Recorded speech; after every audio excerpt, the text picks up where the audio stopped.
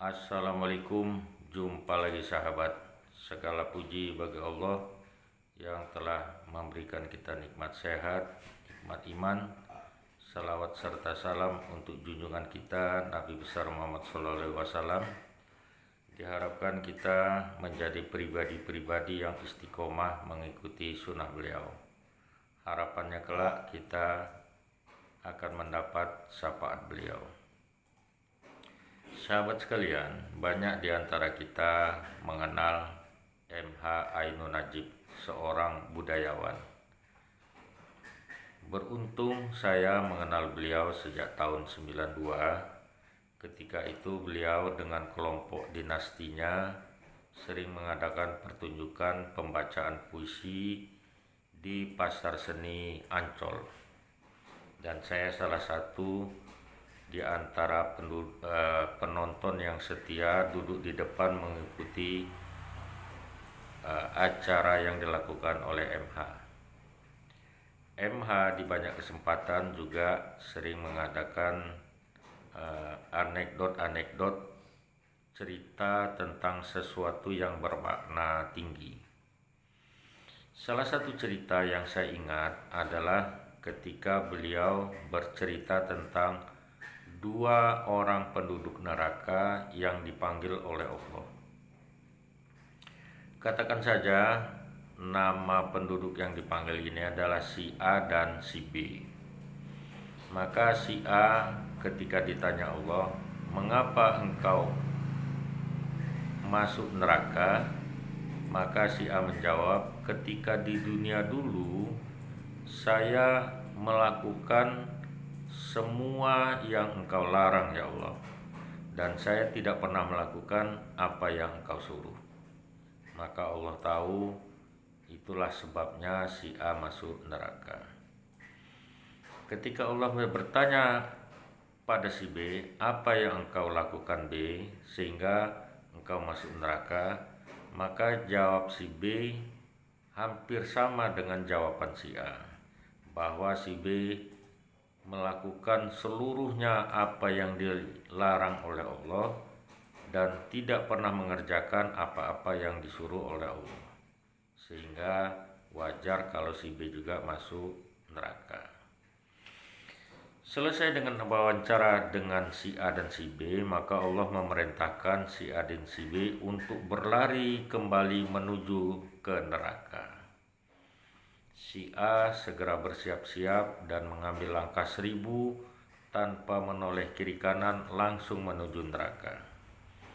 Sedangkan si B di antara larinya dia berhenti sejenak, kemudian menoleh lagi kepada Allah, berlari lagi, berhenti lagi sejenak, menoleh lagi kepada Allah, berlari lagi, berhenti lagi sejenak, melihat menoleh pada Allah, hingga akhirnya tiba di pintu neraka.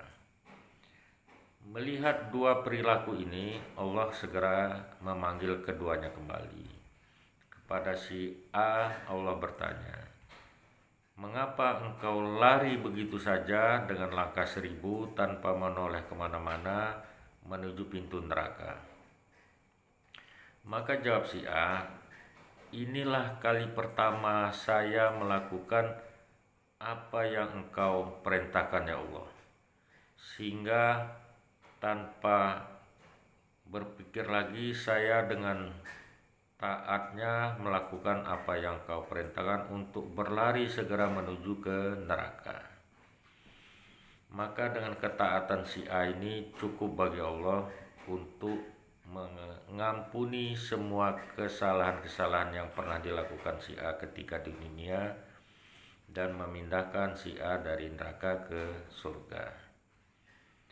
Terhadap si B, Allah bertanya, "Mengapa engkau berlari kemudian berhenti menoleh lagi kepadaku, kemudian berlari lagi dan menoleh lagi, kemudian berlari lagi?" Maka si B menjawab, "Ketika engkau memanggil aku dari neraka ya Allah, aku berprasangka baik bahwa inilah momen saatnya aku berpindah dari dari neraka menuju surga. Tetapi yang terjadi, engkau menyuruh aku kembali ke neraka. Namun demikian, sangka baikku ini tidak hilang ya Allah. Maka ketika aku berlari, aku melihat lagi Engkau. Sangka baikku kepada Engkau itu tetap sama, bahwa Engkau akan mengampuniku ya Allah. Engkau memanggilku ini, ujung-ujungnya Engkau akan pindahkan aku dari neraka ke surga.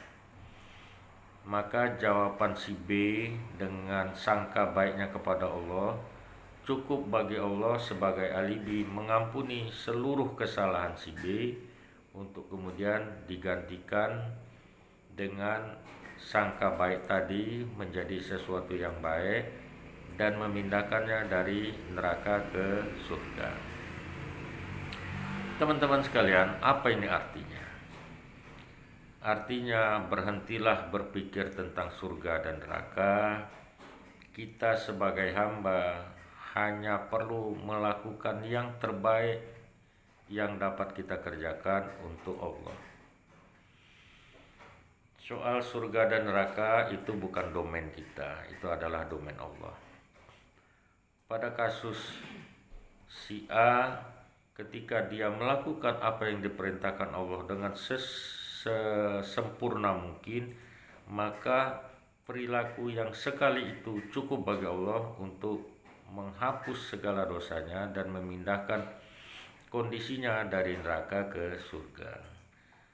Pada kasus B, dengan sangka baiknya, maka cukup bagi Allah untuk memindahkan dari neraka ke surga. Cukup bagi Allah untuk mengampuni segala salah dan dosa.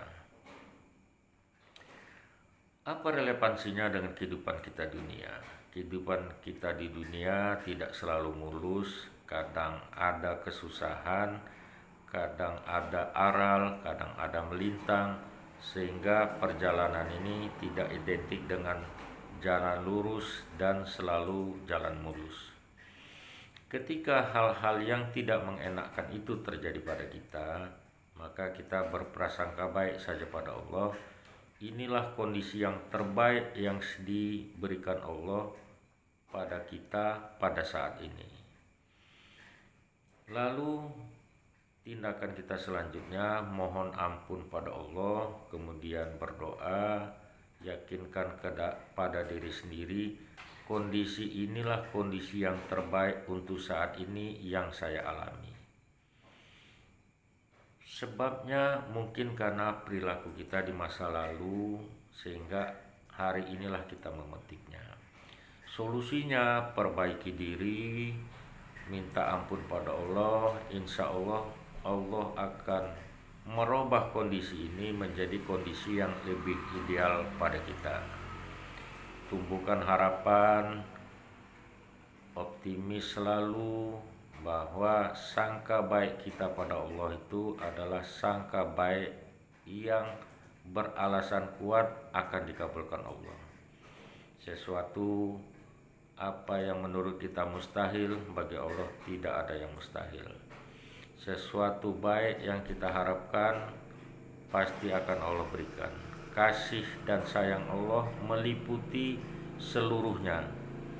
Hanya Allah lah yang memiliki kasih dan sayang kepada kita, melebihi kasih sayang orang tua, melebihi kasih sayang anak, melebihi kasih sayang pasangan hidup kita. Demikian sahabat sekalian, mudah-mudahan ada manfaatnya. Salah-salah kata saya mohon maaf. Pada Allah saya minta ampun. Billahi taufik wal hidayah. Wassalamualaikum warahmatullahi wabarakatuh.